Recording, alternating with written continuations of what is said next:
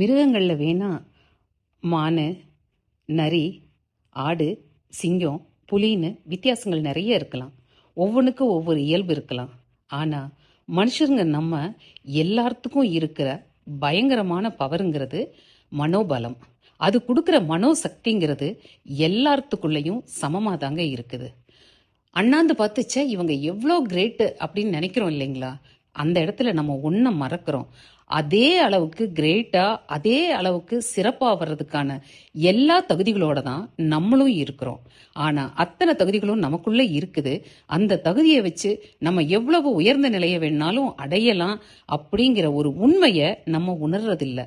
அது உணராததுனால தான் உணர்ந்து உயர்ந்து நிற்கிறவங்கள பார்த்து நம்ம வியந்து நிற்கிறோம். கொஞ்சம் இந்த கோணத்தில் யோசிச்சு பாருங்களேன், உங்க சக்தி உங்களுக்கே புரியும். எல்லா கல்லும் ஒண்ணுதான். ஒரு கல் படிக்கல் ஆகுது, ஒரு கல் சிலையாகுது. அதுக்கு என்ன பண்றது? அதோட தகுதியோட இருக்கு. சிலவடிக்கிற தகுதியோட அது இருக்கு, சிலையா மாறுது. படிக்கல்லா போற தகுதியோட அது இருக்கு, படியா மாறுது. கல்லுக்கே இப்படிதான் நம்ம மனுஷருக்கு வேற எப்படிங்க வேலை செய்யும்?